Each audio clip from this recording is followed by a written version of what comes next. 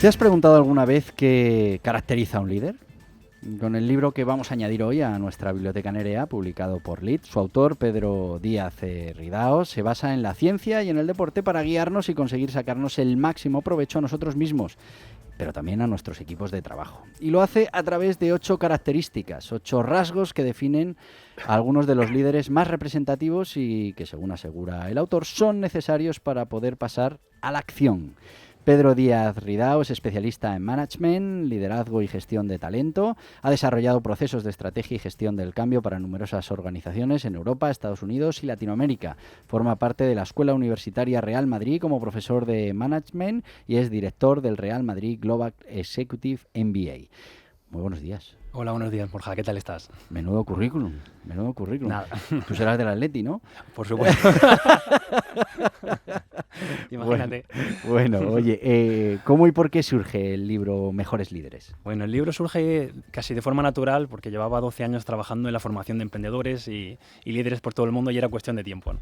Aparte que ya había plantado un árbol y me faltaba eso, montar en globo, o sea que ya dije, ya toca, ¿no? Con esto ya dejo... Iba a tener un niño y ya vi al final, ¿no?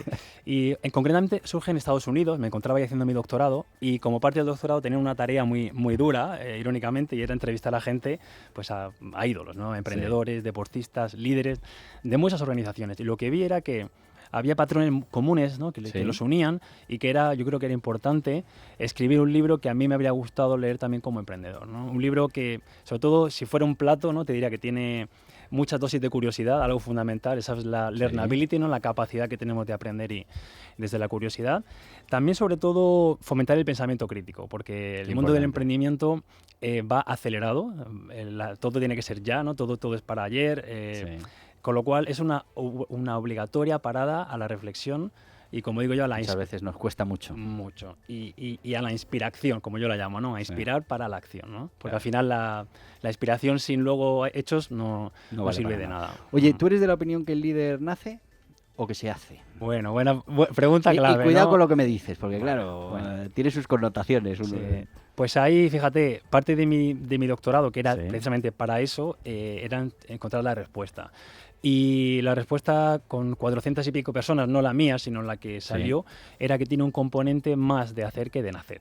Es decir, hay, por ejemplo, factores que influyen como dónde has nacido, el contexto influye mucho. De hecho, incluso en la ciudad de Madrid vemos que según en el barrio en el que vivas tienen más esperanza de vida o menos. O sea, imagínate para emprender. Pero sobre todo también a quién se han dedicado tus padres. Por ejemplo, aquellos cuyos padres eran emprendedores o autónomos tenían una probabilidad mucho más alta de emprender, con lo cual pero fíjate eso influye. Que yo ni siquiera eso lo considero como nacimiento, ¿no? Porque al final, claro, depende de lo que hayan estudiado tus padres. Eso genéticamente... Es exógeno, sí. Claro, no se transmite. Es, bueno, pues que tú has tenido posibilidad de aprender mucho antes una serie de habilidades, ¿no? Que te van a servir en la vida, ¿no? Tú hablabas de la curiosidad, hablabas del pensamiento crítico. Yo en el último libro, en las 8 disciplinas del dragón, lo tengo claro. Es decir, al final lo que tenemos que practicar todos los días, efectivamente, una de las partes es la curiosidad, porque es lo que nos va a hacer crecer, lo que nos va a hacer avanzar. Y claro, si eso te lo enseñan cuando ya tienes muchos años, pues llevas mucho retraso con respecto a esos niños que igual pudieron entrar en el mundo de la curiosidad con 1 año, ¿no? O con 2 años. Totalmente. Entonces, me parece que yo soy de la opinión que todo, o prácticamente todo, al final se puede terminar aprendiendo, ¿no? Y bueno, pues unos tienen más facilidad o menos por todos esos factores que tú comentabas. Fíjate, ¿no? Que hay también aspectos muy de la cultura, ¿no? Por ejemplo, aquí en España hemos sido mucho de trabaja de lo suyo, como que trabajar de lo suyo era algo bueno. Trabajar de lo que has estudiado, ¿no? Cuando si sales de aquí, sobre todo el mundo anglosajón, prima mucho más cambiar de sector, traer una mirada nueva. Incluso, por ejemplo, en el mundo universitario, para trabajar en una universidad tienes que haber trabajado en otra antes. Y en una empresa sucede igual, ¿no? Entonces, yo creo que es cambiar y decir, no, lo mío es lo que yo elegí. Tú fíjate lo que me pasa a mí. Yo soy empresario y me dedico a eso. Pero un día decidí pues empezar en el mundo de la comunicación, ¿no? Y cuando uno hace comunicación, para los comunicadores no eres un profesional de esto, y para los empresarios, bueno, pues eres un empresario que se ha puesto a comunicar, ¿no? Quiero decir que al final, en ninguno de los dos sitios, y sin embargo yo creo que a mí me aporta muchas cosas el poder vivir el emprendimiento desde dentro a la hora de hacerte una pregunta. Y por otro lado, pues bueno, todo lo que yo pueda aprender en el mundo de la comunicación me sirve en mi trabajo de empresario, ¿no?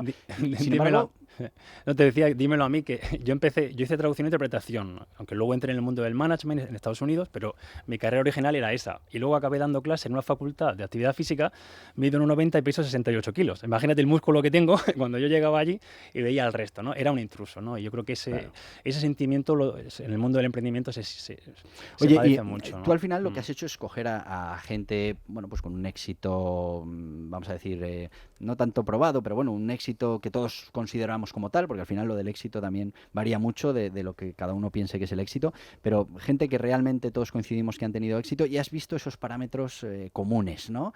Que luego ya veremos si los tenemos o los tenemos que conseguir, que esa es otra opción. Pero ¿cuáles serían esas 8 claves para el éxito en el deporte y en la vida? Sí, fíjate que yo, aunque he usado la analogía de la receta, yo huyo mucho de las recetas, porque al final considero que esto es muy, muy subjetivo, pero sí que hay 8 rasgos de la personalidad que son intrapersonales y que dependen solo de ti. Bueno, pero eso en la receta serían los ingredientes. Por ejemplo, ¿no?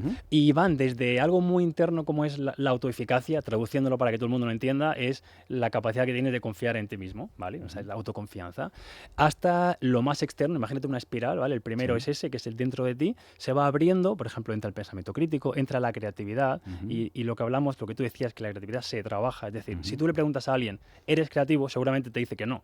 Pero si te dice que hace cosas creativas, se da cuenta que en el fondo lo es, ¿vale? Tiene más que ver con el hacer que con el ser, ¿no? Se va abriendo y entra, por ejemplo, el impacto social, lo veíamos también en el caso de Coca-Cola. Cualquier emprendimiento o cualquier líder que haga algo que no mejora el entorno, no es liderazgo, y no va a ser emprendimiento muy pronto, porque lo van a adelantar por la derecha, otros, ¿no? Y luego la empatía, ¿no? Esto que se habla mucho, pero que cuesta tanto trabajarla. Tan difícil, eso que se ha hablado siempre de ponerte en los zapatos del otro, ¿no? Mucho. Y eso es muy complicado, y bueno, pero la verdad es que cuando uno consigue entrenar la empatía, que también se entrena, en mi opinión, bueno, pues es capaz de ver las cosas de una manera diferente, y eso ayuda a encontrar soluciones diferentes, ¿no? Que es en lo que consiste todo esto. Totalmente. Yo creo que hay uno que te va a gustar, ¿no? Y es, yo lo llamo la capacidad de remontar, ¿no? La resiliencia. El subtítulo, por ejemplo, yo lo llamo que empezar perdiendo no es perder, ¿no? Y hago una analogía desde el deporte a luego el sector de la empresa, la sociedad también, donde muchas veces, precisamente porque has empezado perdiendo, terminas luego ganando. Claro, pero mira, tú hablabas del poder que tiene la sociedad, ¿no? Y nosotros en España no admitimos el fracaso. Es decir, el fracaso se penaliza, pero no solo con el fracaso, sino además con la reputación. Cuando en otros países, como bien hablabas, por ejemplo, la mentalidad anglosajona, los americanos, bueno, es algo que ponen en el currículum. Mira, he fracasado tantas veces y por eso vengo a pedirte empleo, para que sepas que habiendo fracasado tantas veces, las probabilidades de que ahora tengamos éxito son mucho mayores, ¿no? Aquí, sin embargo, todavía se penaliza mucho el fracaso, y eso hace que la gente, bueno, pues no entienda que el fracaso, en mi opinión, es el mimbre, ¿no?, que nos va a llevar luego al éxito. Todas esas cosas, claro, hay que cambiarlas, ¿no?, en la mentalidad de la gente. ¿Tú cómo lo ves? ¿Cómo nos ves en España? Sí, es lo que de hecho pretendo con el libro. Y a mí me gusta, yo digo que hay que hacer como los pájaros, ¿no? Los pájaros migran, ¿por qué? Porque cogen lo mejor de un lado y de otro. Y el libro y pues, mi trabajo, digamos que bebe mucho de eso, de lo mejor. Igual que me encanta el mundo anglosajón, de hecho, bueno, pues he trabajado allí, mi hijo nació allí, o sea, tengo un vínculo muy fuerte con Estados Unidos en concreto. Hay cosas que hacemos mejor aquí. También, claro. Y creo que es bueno también ver el otro lado. Por ejemplo, ¿no? Un exceso de optimismo también lleva, normalmente, no siempre, una falta de autocrítica. Entonces, en un sector como el anglosajón, en el mundo del emprendimiento, antes de empezar, ellos son mejores, ¿no?, por así decirlo. Tú tienes que demostrarlo, ¿no? Y aquí, por ejemplo, pecamos de lo opuesto, ¿no?, de mucha humildad. Y creo que sí es bueno quitarse esa careta, sobre todo cuando tenemos que hacer un proyecto pues que involucra, por ejemplo, viajar al extranjero y tener que defender tu idea, o tener, por ejemplo, una empresa inversora de fuera que te va a medir por su patrón cultural, no por el tuyo. Claro. Oye, ¿cuál crees que es el mayor error que cometemos a la hora de liderar un proyecto? Buah, bueno, esa pregunta no te sabría dar una sola respuesta, ¿no? Creo que quizá una que te daría es que pensamos que tenemos que saber de todo y que no empezamos hasta que no sepamos de todo, ¿no? Y yo te cuento un ejemplo del libro, ¿no? No sé si te gusta la NBA, el jugador Steph Curry es un jugador base, ¿no?, de los Golden State Warriors, que hicieron un montón de informes suyos previos a la NBA, ¿no? Entonces decían que no era ni base ni escolta, que no era ni rápido, ni lo suficientemente rápido, ni muy fuerte, ni muy atlético. Y él, pese a eso, o gracias a eso, acabó convenciendo a la gente de que realmente era bueno, ¿no? Entonces yo creo que en el emprendimiento pasa eso.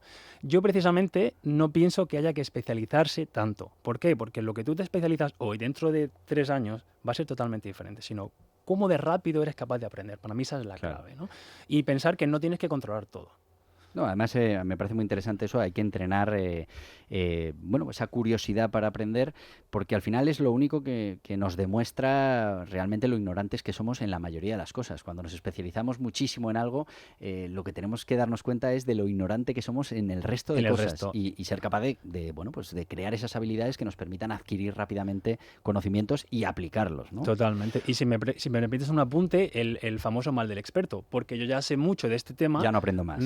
Ignorancia. Sí, está claro que entramos ahí en un círculo vicioso que tenemos que estar muy alertas para no caer en ese sitio. Y sí que es verdad que en el mundo profesional uno tiende a especializarse y al final termina siendo un ignorante incluso en su especialidad, por precisamente eso. Pero bueno, oye, ¿de qué forma, leyendo este libro, que yo tengo ya muchas ganas de leérmelo de arriba abajo, podemos ayudar a los emprendedores? Ahí, te diría desde qué perspectiva, ¿no? Es decir, la primera es a nivel, por ejemplo, organizativo, a nivel España, a nivel Estado, obviamente, con políticas que fomenten el emprendimiento. Y esto es algo que ya tú comentas mucho, además, en el programa, que es muy importante. Pues sí. Aparte, para mí, claro, yo que vengo del ámbito de la formación, es fundamental. Pero la formación no solo en habilidades técnicas, sino en ese acompañamiento en las soft. Ya sabéis que las soft son las nuevas hard, ¿no? Como dicen. ¿Por qué? Porque te pongo un ejemplo. Yo tengo que ir a hacer una presentación. Tengo un demo day y me levanto y creo que soy el peor del mundo, ¿con qué confianza voy allí? Y sé que va a ir mal. De hecho, además, he trabajado con muchos emprendedores que les ha pasado, ¿no? Entonces, ¿cómo trabajamos para esa preparación? Va mucho más a nivel mental, pero obviamente con herramientas técnicas, por supuesto, de la mano. Bueno, pues ya sabéis, amigos emprendedores, que tenéis bueno, una obligación, que es leer este libro, Mejores Líderes, 8 claves para el éxito en el deporte y en la vida, y que lo apliquéis, lo leáis, lo entendáis y lo apliquéis en vuestro proyecto de emprendimiento. Ha sido un placer, Pedro Díaz Riudao, hablar de este libro. Yo me lo leeré este fin de semana rápido. Y bueno, a todos nuestros oyentes que bueno, es importante estar alerta y seguir aprendiendo todos los días para al final pues poder tener éxito en lo que sea que vayamos a emprender, bien sea un negocio de emprendimiento o simplemente sea pues bueno, nuestro día a día. Muchísimas gracias. Muchas gracias a ti.